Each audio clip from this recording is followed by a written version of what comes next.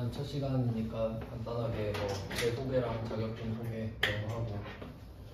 일단 저는 이상형입니다. 이거 수업은 찍어서 유튜브에 올릴 거예요. 유튜브 채널은 난 너의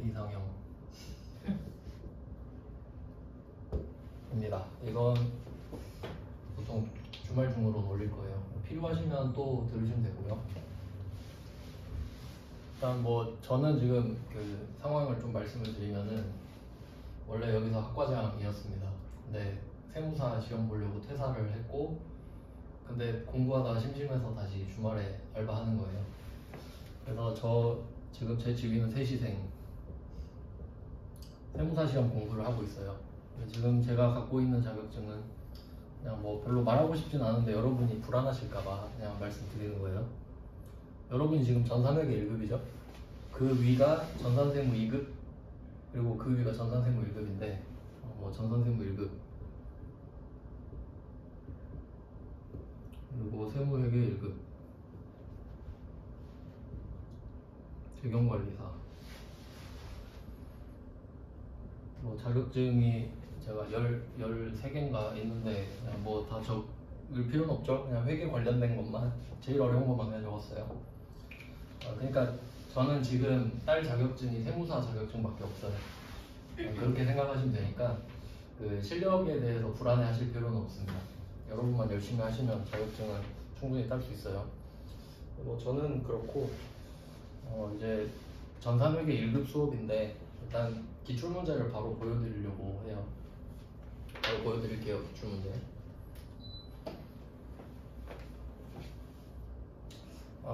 자격증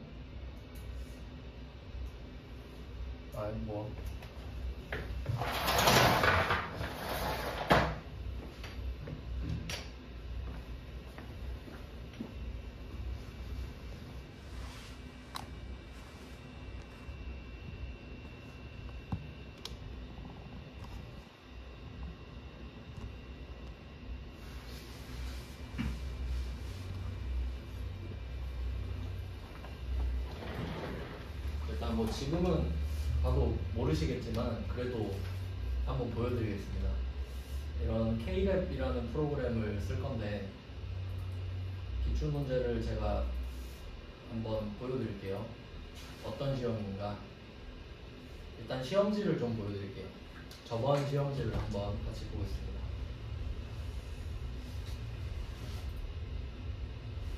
이렇게 생겼어요. 시험지가.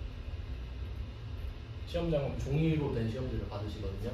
근데 이 시험은 좀 특이한 게 이론 시험이랑 실무 시험이랑 같은 시험지에 있습니다. 이론이 30점, 실무가 70점 이렇게 되거든요. 이론 시험 같은 경우는 15문제로 구성이 되어 있어요. 하나당 2점. 근데 처음 회계 1급 보실 때는 이쪽 시간이 좀 부족해서 여유롭게 보지는 못합니다. 구성은 이렇게 되어 있고 15개 있습니다. 얘는 찍을 수가 있죠. 어쨌든 사지선다니까. 그다음 사실 우리한테 중요한 건 실무시험이에요. 왜냐면 실무시험은 주관식이기 때문에 이거는 찍을 수가 없잖아요. 그러니까 제대로 배우고 객관식은 좀 잘 찍는 쪽으로 좀 방향을 잡아야 됩니다. 일단은 문제 1번 이런 거는 좀 쉬운 편인데, 이거는 좀 막바지에 기출문제를 좀 풀면서 같이 해볼 예정이에요. 그러니까 좀 이번에 수업 패턴을 좀 바꿨습니다. 그러니까 제가 수업할 때마다 계속 바꾸거든요. 수업 방향을. 왜냐면 뭐가 최적화일지 모르기 때문에 계속 바꾸면서 좀 찾아가는데, 이번에는 어떻게 했냐면 일단 좀 말씀을 드릴게요. 지금 제가 수업 자료를 이번 건 어떻게 만들었냐면, 지금 2025년 됐잖아요. 그래서 2023년부터 2024년 2년 동안, 그럼 시험이 이론상 12번입니다.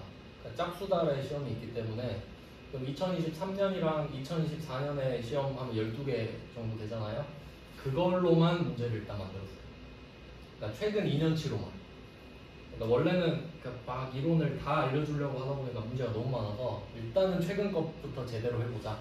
왜냐면 여러분은 초심자이기 때문에 제 욕심과는 좀 이제 많이 다를 수가 있겠더라고요. 그러니까 여러분은 지금 뭘 봐도 뭐가 뭔지 모르기 때문에 그냥 일단은 나온 것부터 위주로 제대로 해보자. 이렇게 방향을 좀 잡았고요. 그래서 제 입장에서는 좀 아쉽지만 여러분 입장에서는 최적화됐을 거라 생각해요. 그러니까 이거 위주로 공부를 한 다음에 최대한 기출문제를 많이 풀려고 합니다. 그러니까 제 목표는 4개 푸는 거.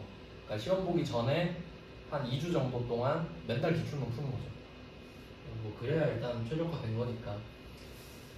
그래서 뭐 기출을 빨리 풀 거니까 이 1번 같은 경우는 실제로 해봐야 되는 거거든요. 그래서 그거는 그때 같이 하고, 우리가 진짜로 해야 되는 거 이제 문제 2번 이런 건데 점표를 입력하는 거거든요. 그럼 어떤 느낌인지 제가 보여드릴게요. 그럼 이게 문제가 있죠. 뭐 파주시청에 제품을 기부했다 이렇게 있으면은 그 K랩 프로그램 여러분이 시험 볼 때 이런 프로그램을 쓰실 건데, 맛보기로 어떤 느낌인지 보여드릴게요. 이때 뭐 일반 점표를 입력하는 거예요. 그럼 이 문제를 그냥 보고 써볼게요. 7월 20일 7월 20일 하고 200만원짜리를 기부했는 제품.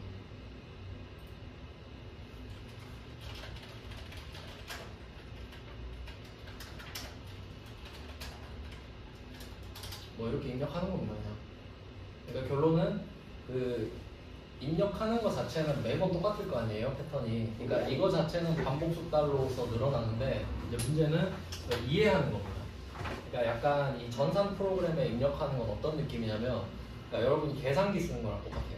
계산기 제가 갖고 있는데 어떤 느낌이냐면, 이거 계산기 쓸 때 보통 그 더하기, 빼기, 곱하기, 나누기 이런 거 누르잖아요. 근데 그 누르는 건 아무나 할 수 있죠. 근데 그걸 왜 누르는지 알고 눌러야 되죠. 그러니까 그 원리를 이해하겠다라는 겁니다.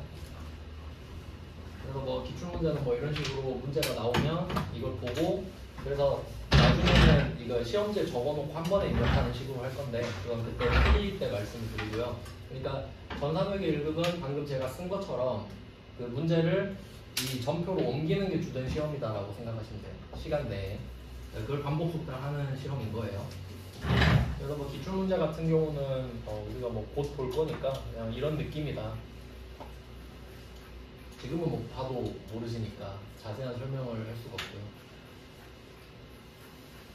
그래서 뭐 K랩 프로그램은 교육용으로 제공되니까 그 미리 좀 하고 싶으신 분들은 미리 홈페이지 들어가 놨는데 한국세무사회 자격시험이라는 홈페이지가 있어요. 한국세무사회 자격시험. 그러니까 여기 들어가서 뭐 회원가입 어차피 하셔야 되거든요. 그러니까 여러분이 프로그램도 다운받아야 되고 기출도 받아야 되고 나중에 시험 접수도 하셔야 되잖아요.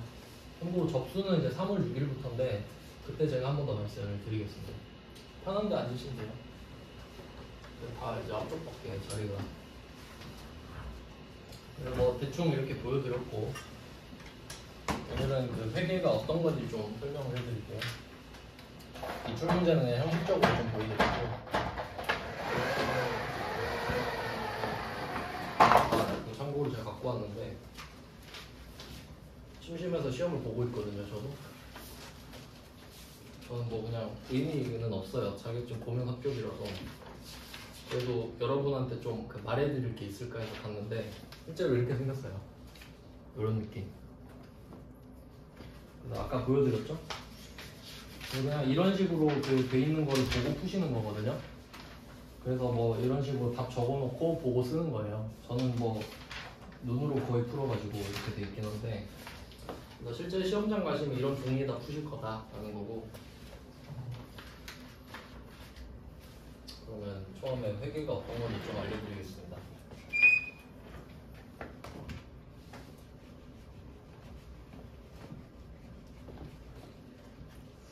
일단 뭐 회계 종류부터 좀 간단하게 말씀을 드리면,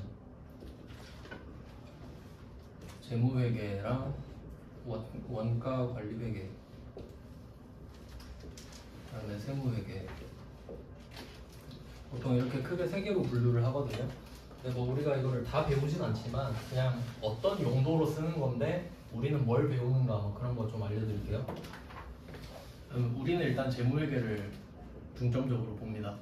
그럼 재무회계는 어떤 거냐면 말 그대로 그냥 돈을, 재무가 돈에 관련된 거잖아요. 그러니까 돈을 벌고 쓰고 하는 그런 것들 있죠. 그런 걸 그냥 받아 적는 거예요. 그럼 돈이 10,000원 들어왔다. 그럼 10,000원 들어왔다고 적고 왜 들어왔는지 적고. 그럼 돈이 10,000원 썼다. 그럼 10,000원 나갔다 쓰고 왜 나갔는지 쓰고. 뭐 그런 거 하는 게 재무회계거든요. 그러니까 쉽게 말하면 가계부나 그 용돈기 입장 이런 거 있잖아요. 그걸 좀 엄청나게 체계화한 거라고 생각하시면 돼요. 재무회계는. 그러니까 가계부 쓰는 거라 생각하시면 됩니다. 회사의 가계부죠. 그 다음에 뭐 원가관리 회계는 우리가 뭐 중점적으로 다루지는 않는데, 그러니까 이 재무회계는 그 목적이 외부 보고거든요.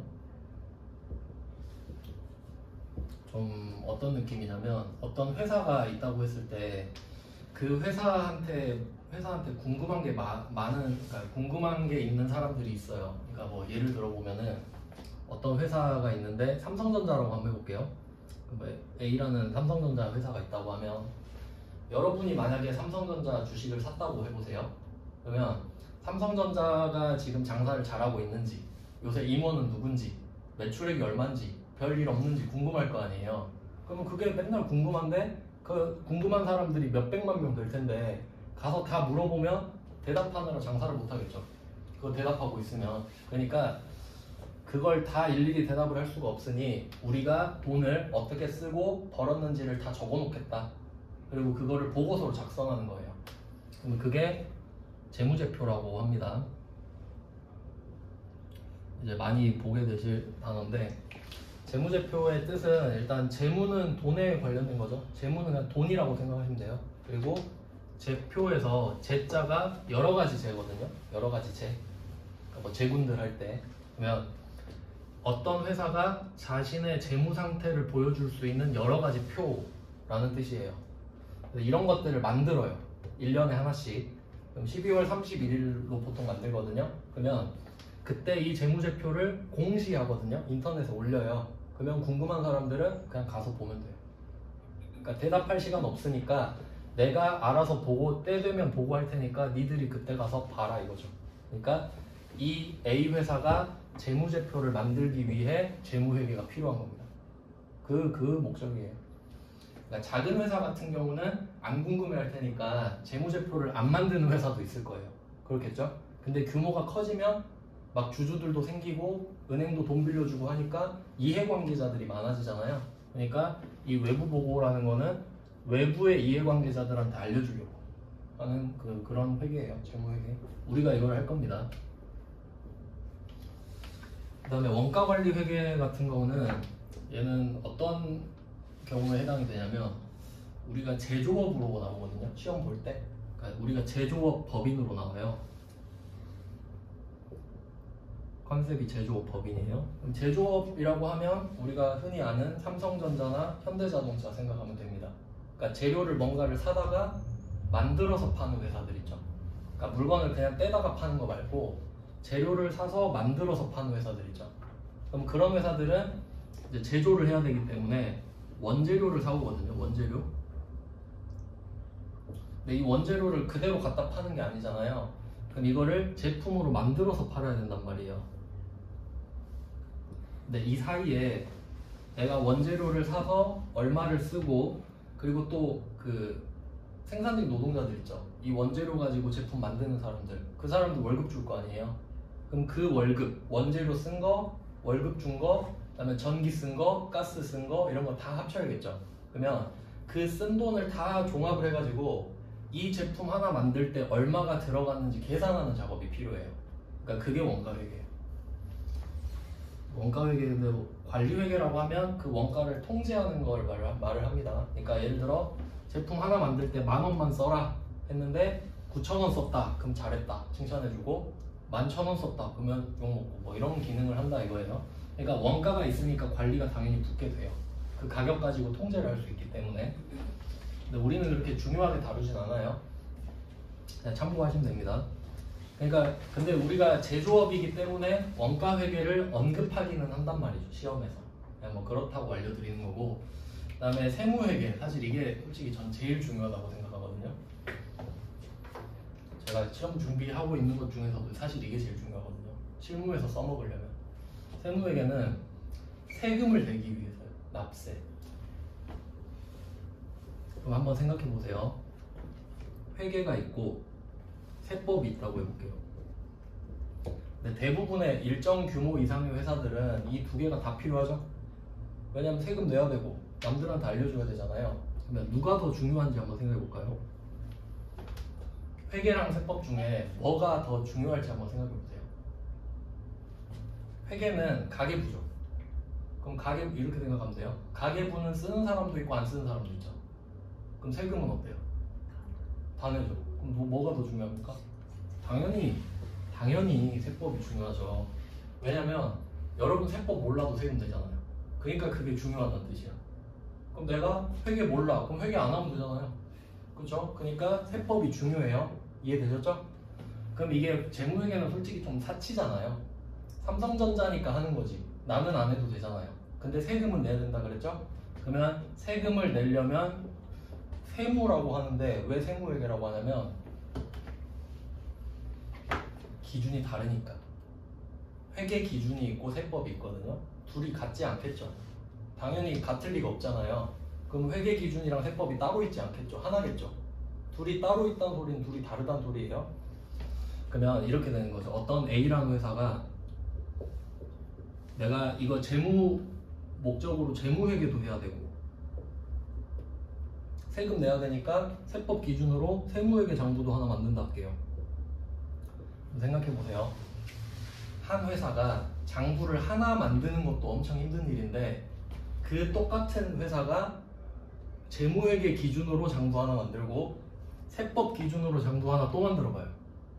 일이 2배가 되죠 그냥. 그럼 그냥 생돈 나가는 거 아니에요? 월급 2배 주고 그렇게 되잖아요. 그러니까 이건 좀 오바인 것 같으니까 이것만 제대로 하자. 재무회계만 제대로 하는 거예요. 그리고 이 방법을 선택하는 겁니다. 회계 기준이랑 세법이랑 그래도 똑같진 않지만 거의 비슷하게 가거든요. 왜냐면 지들도 알 거 아니에요. 너무 다르면 힘드니까. 그럼 이 부분 차이 있죠. 이 부분만 조정하자 이거지. 이렇게 결론을 낸 거예요. 그러니까 재무회계는 대기업들은 다 하니까 이걸 제대로 해라. 그리고 세법을 공부를 따로 해가지고 차이가 나는 부분만 바꾸자 이거지. 그러면 굳이 장부를 2개를 안 만들어도 되죠. 즉 세금 낼 때 한 번만 갈아엎자 이거지. 그게 합리적이잖아요. 근데 이게 합리적이긴 한데 문제는 뭐냐면 이 차이를 알려면 어떻게 해야 되죠? 회계랑 세법을 다 알아야 됩니다. 맞죠? 제가 지금 그걸 하고 있거든요. 그래서 나중에 그 법인세 쪽은 거의 일반인들은 범접할 수가 없긴 한데 전 법인세를 좀 좋아하거든요. 법인세를 공부할 때 왜 진입장벽이 높냐면 재무회계에 대한 완벽한 이해를 전제로 법인세를 하거든요.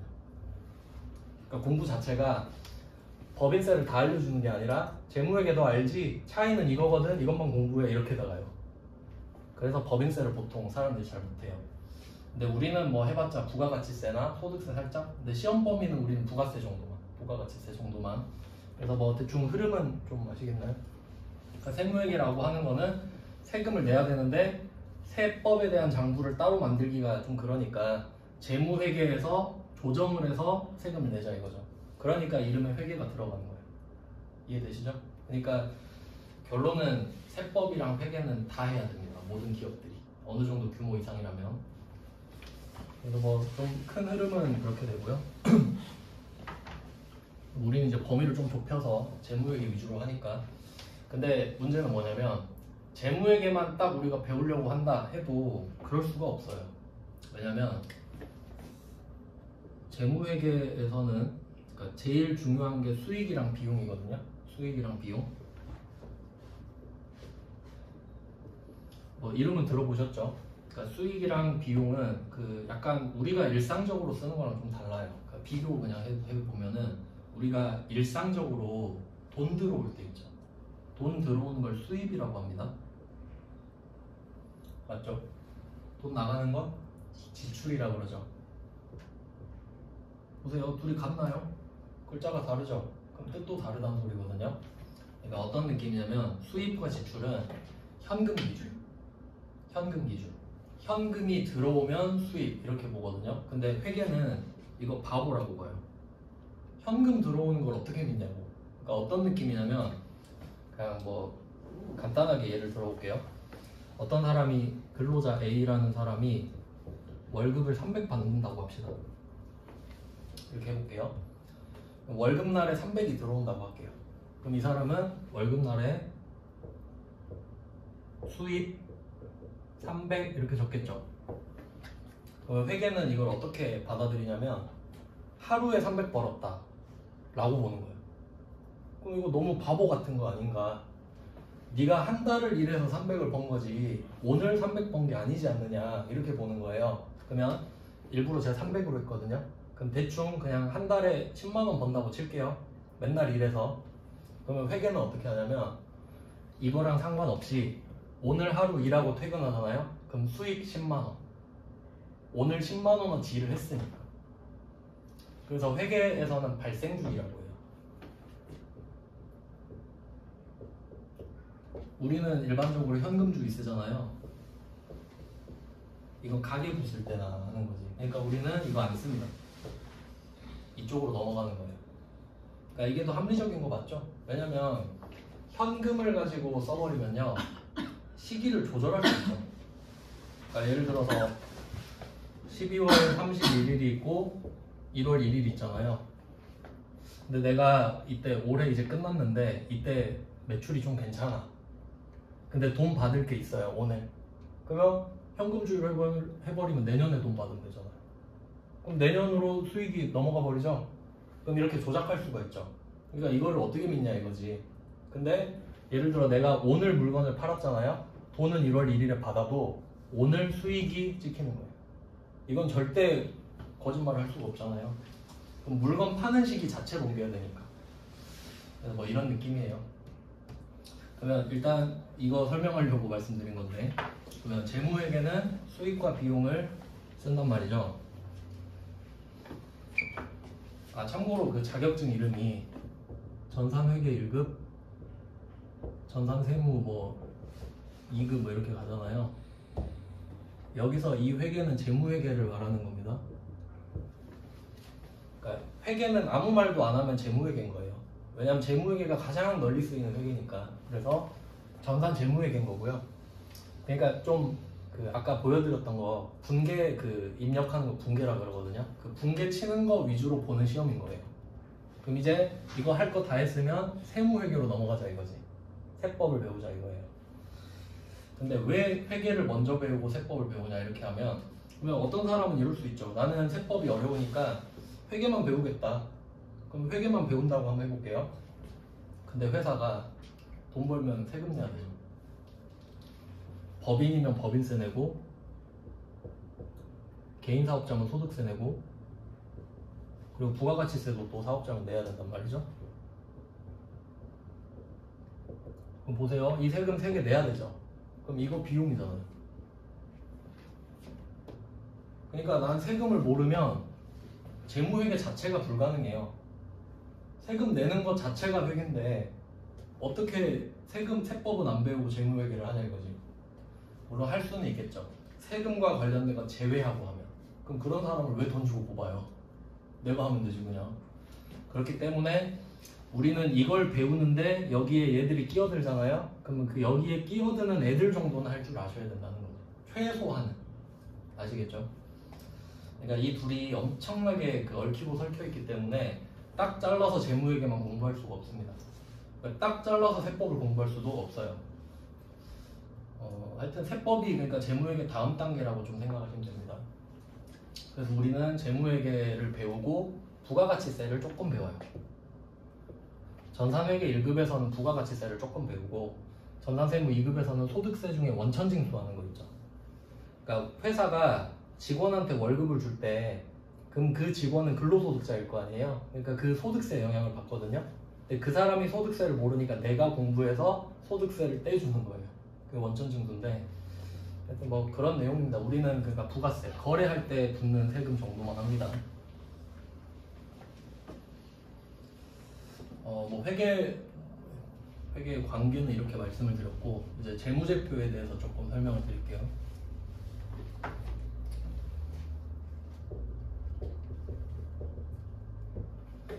재무제표, 그러니까 이걸 만드는 게 재무회계의 목적이라고 보시면 돼요. 이거 만들면은 사람들이 알아서 와서 보니까요.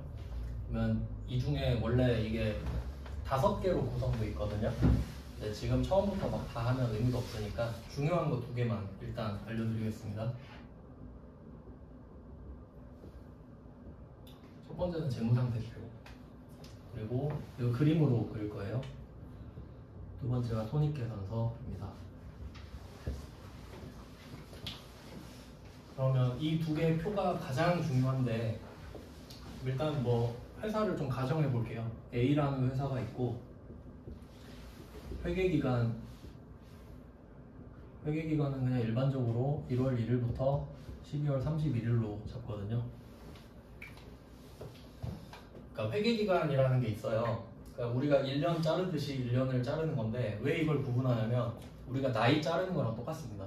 그러니까 원칙대로라면 어떤 회사를 만들면 그 회사 처음 설립했을 때부터 폐업할 때까지가 하나로 쭉 이어지겠죠.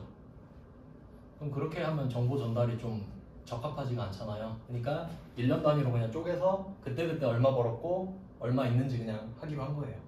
우리 나이 먹는 것처럼 그냥. 그러면 그 중에 이제 재무상태표랑 손익계산서가 있습니다. 재무상태표는 얘는 기준이 12월 31일입니다. 12월 31일. 그러면 재무상태표 이름을 한번 생각해 볼게요. 재무상태라는 말 있죠? 이게 약간 고급스러운 말인데, 재무상태가 좋다, 재무상태가 나쁘다 이런 말 들어보셨죠? 재무상태가 좋다는 말은 그냥 돈이 많다는 소리예요. 맞죠? 재무상태가 안 좋다 그럼 돈 없다는 소리죠? 그러니까 재무상태표는 돈이 많다 적다를 보여주는 겁니다. 돈이 많다 적다. 근데 누가 만약에 물어본다고 할게요. 너 돈 얼마 있어? 라고 물어본다고 할게요. 그러면 지금 얼마 있는지 물어보는 거죠. 지금 얼마 있는지. 그러니까 얼마 있다에 대한 대답은 항상 시점이에요. 그러니까 친구가 나한테 돈, 야 너 얼마 있어? 하는데 내가 1년 전에 얼마 있었더라? 그러진 않잖아요. 뭐 1년 후에 얼마 있을까? 그러지도 않죠. 지금? 얼마 있지? 이런 느낌이죠. 그러니까 재무 상태는 반드시 점이에요. 그 순간에. 근데 회계 기간이 1월 1일부터 12월 31일이잖아요. 그럼 이 회사한테 너 얼마 있어? 라고 물어보면 뭐 언제 기준으로? 이렇게 대답하겠죠. 그러니까 그냥 12월 31일 기준으로 대답하겠다고 정해놓은 거예요. 그냥 이 기간 중에 마지막 날로. 그러면 뭐 어떤 느낌이냐면, 이 12월 31일마다 점이 있다고 하면 내년도 12월 31일, 또 12월 31일 이렇게 가겠죠. 그러면 이게 점 이렇게 있는 거잖아요. 그러면 이 2개를 비교하면 얼마나 늘었는지 알 수 있죠. 얼마나 줄었는지도 알 수 있고. 근데 하루하루 비교하는 건 의미가 없잖아요. 그러니까 이렇게 1년 단위로 되게끔 한 겁니다. 이걸 이제 자세히 좀 보면은,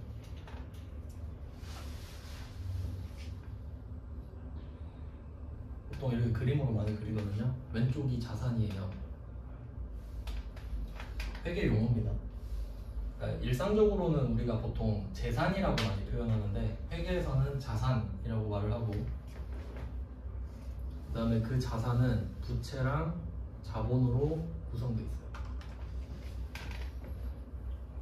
여기서 중요한 거는 이 자산이랑 부채, 자본 이 2개 합친 게 똑같이 생겨야 됩니다. 길이가 같아야겠죠, 당연히. 지금 그림 그렸을 때. 자, 이렇게 됐어요. 자산, 부채, 자본. 그러면 일단 자본은 좀 우리가 공부하기 어려운 개념인데, 부채 정도는 좀 알 수 있을 것 같아요. 부채는 그냥 나갈 돈이에요. 원래 정확히 말하면 좀 복잡한데, 자산은 이런 느낌이에요. 자산은 여러분이 이미 갖고 있거나 아니면 곧 갖게 될 거 있죠. 뭐 예를 들면 지금 갖고 있는 소지품, 뭐 자동차나 집, 뭐 휴대폰 이런 것들이 여러분의 자산. 그리고 좀 이해하기 쉽게 말을 하면 곧 월급이 들어온다. 그럼 그것도 뭐 자산이라고 할 수는 있어요. 굳이 따지면. 회사는 그렇게 하진 않지만 어차피 들어올 게 확실하다면. 그 다음에 부채 같은 경우는 이제 나갈 돈이 되겠죠. 뭐 아파트 관리비나 공과금 이런 것들 나갈 게 뻔하니까. 그래서 그런 것들을 부채라고 하고, 자산에서 부채를 차감한 걸 자본 이렇게 말을 하거든요. 한번 예를 들어볼게요. 일상에서 어떻게 이게 될까? 예를 들어서 친구를 오랜만에 만났는데 뭐 외제차를 끌고 갔다고 합시다.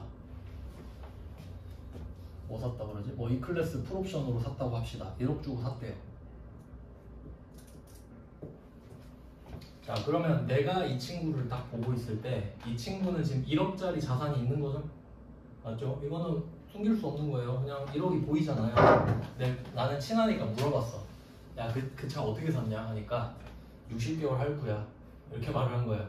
그러면 이 차는 자산인데 부채인 자산이죠. 뭐 그런 느낌인 거예요. 그러니까 자산과 부채의 이 과정을 좀 잘 아셔야 돼. 그 관계라고 해야겠죠. 그러니까 이 친구는 자산이 1억이 있는데 그 1억이 다 부채인 자산인 거야. 이렇게 됐어요. 그러면 두 번째 경우는 이렇게 한번 해볼게요. 야, 이거 차 어디서 났냐? 하니까 아빠가 사줬어. 그럼 이 친구는 자산이 있는데 1억이 있죠? 자본. 왜냐면 이 돈은 나갈 돈이 아니니까. 그러니까 이런 느낌으로 지금 보시면 돼요. 그러니까 여기서 중요한 거는 자산은 부채랑 자본으로 구성되어 있다는 거지. 그럼 예를 들면 이런 경우도 있잖아요. 예를 들면 뭐 이럴 수도 있겠지.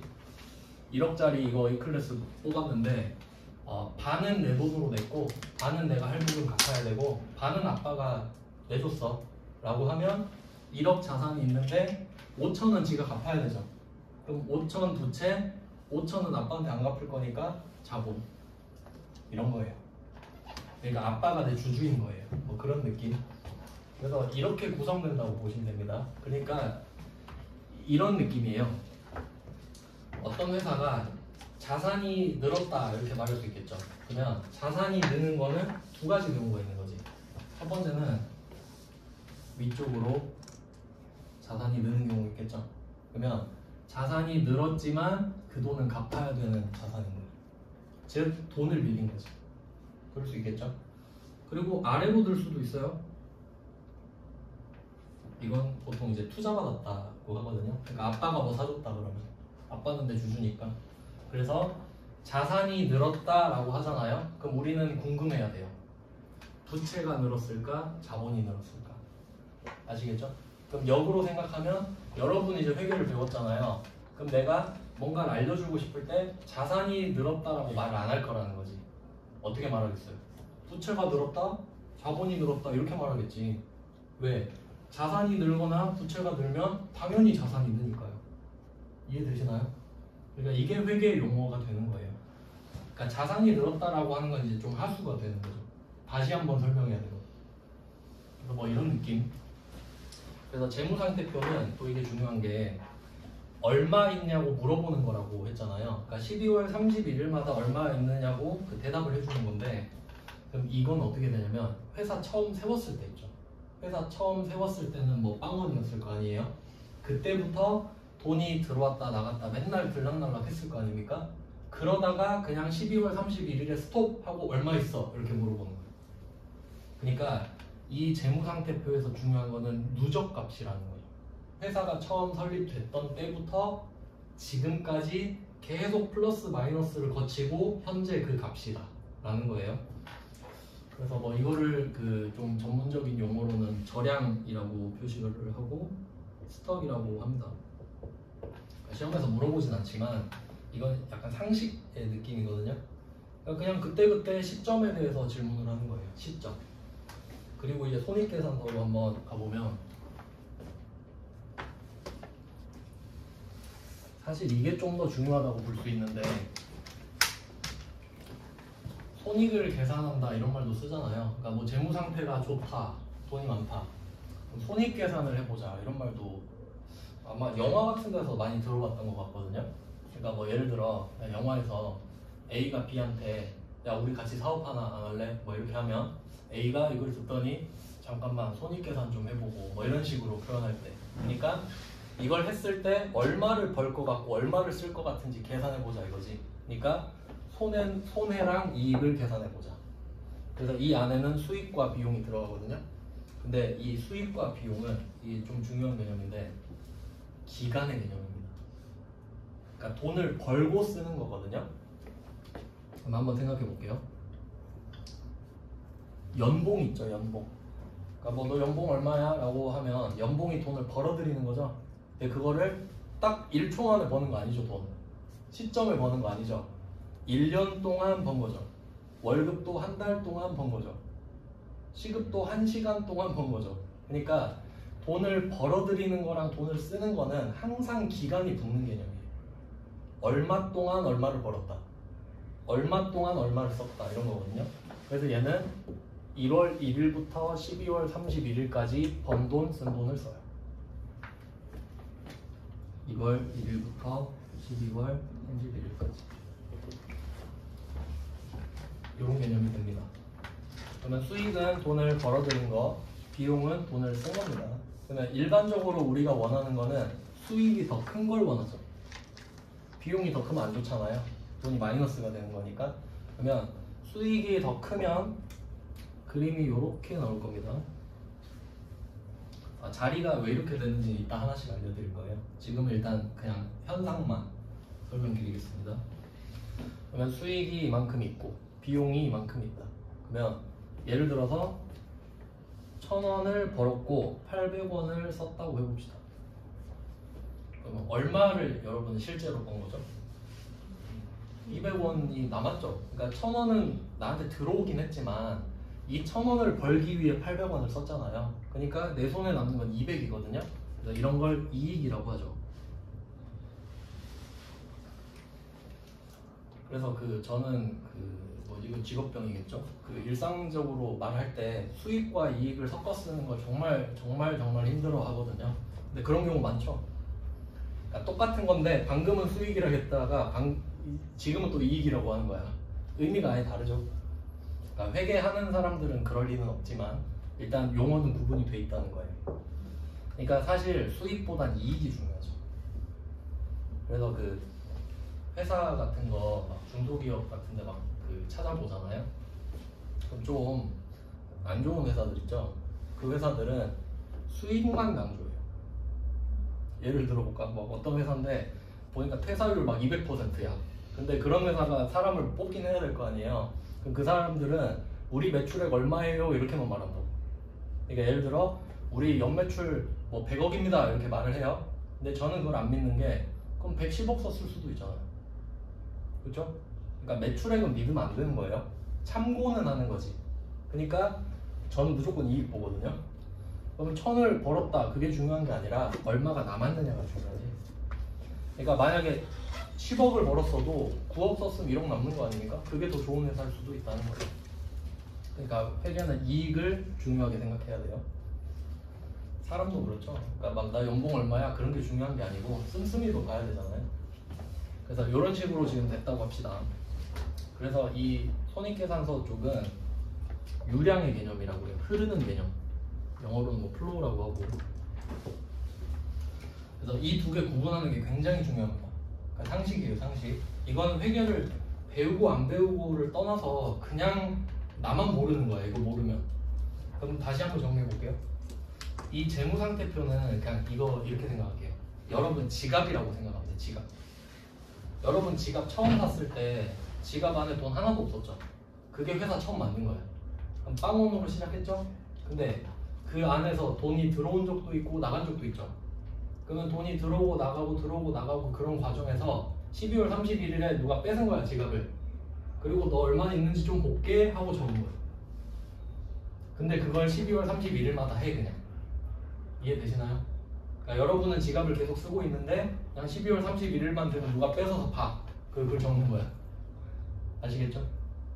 그러니까 계속 쌓이는 개념이지. 쌓이는 개념. 근데 손익계산서는 연봉은 1월 1일부터 12월 31일까지 번 돈이죠? 그러면 이건 어떤 극단적으로 예를 들면 만약에 내가 내년 올해 12월 31일에 일하고 퇴사했다고 합시다. 그럼 내가 연봉이 6천이었어요. 그러면 올해는 손익계산에서 수익 6천 이렇게 찍혔을 수도 있죠. 그러면 내년은 알 수 없죠. 그러니까 이게 여기서 이제 중요한 게 나오는데 얘 둘을 조합해야 됩니다.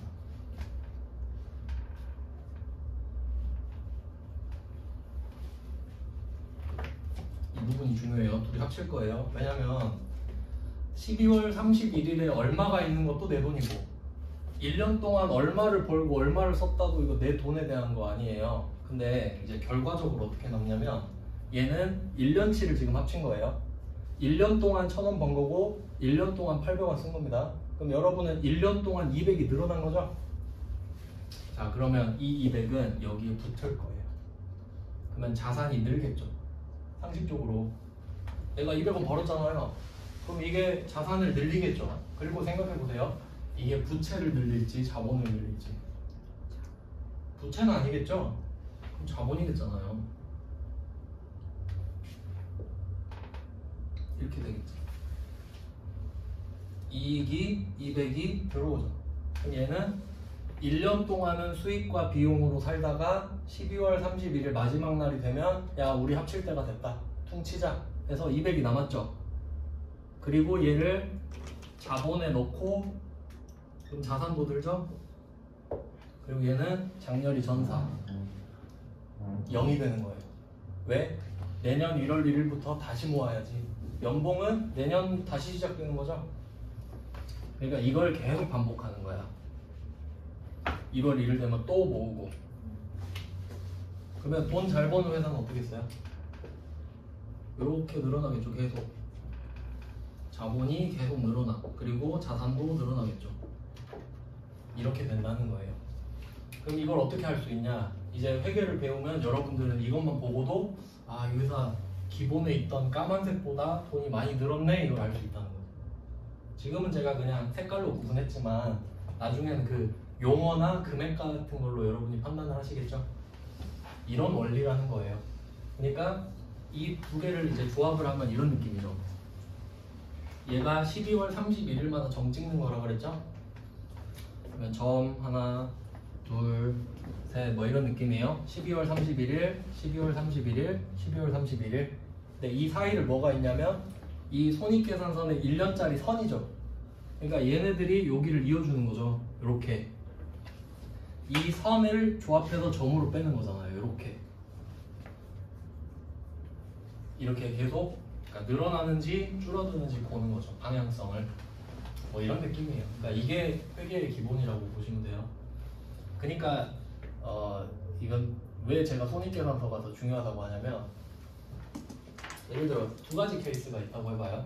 그러니까 친구가 뭐 2명 있다고 합시다. 첫 번째 친구는 아빠가 돈이 많아요. 근데 일을 안 해요. 그러니까 받은 게 많아. 그러면 재무 상태는 좋을 거야. 맞죠? 근데 손익계산서는 어때요? 없겠죠. 돈 안 버니까. 그럼 얘는 언젠간 떨어질 거 아닙니까? 재무 상태도 언젠간 안 좋아질 거 아니에요. 근데 두 번째 친구는 흙수저야. 아빠한테 받은 게 하나도 없어요. 근데 얘가 열심히 일해서 막 전문직 됐어. 그럼 손익계산서는 좋겠죠. 그럼 이게 곧 재무상태표를 좋게 만들 거 아닙니까? 이해되시죠? 그러니까 회사를 볼 때나 사람 볼 때나 둘 다 보긴 해야 되는데 굳이 더 중요한 걸 따지면 손익계산서. 그러니까 회사는 이걸 성적표라고 생각하는 거예요. 왜냐면 재무상태표는 작년에 있던 돈이잖아요. 그냥 이건 내가 뭐 열심히 한 거 아니거든. 근데 손익계산서는 내가 올해 열심히 한 거잖아요. 이해되셨죠? 정말 이런 느낌입니다. 여기까지 해놓고 좀 쉬다가 10분 정도 쉬고 다시 볼게요.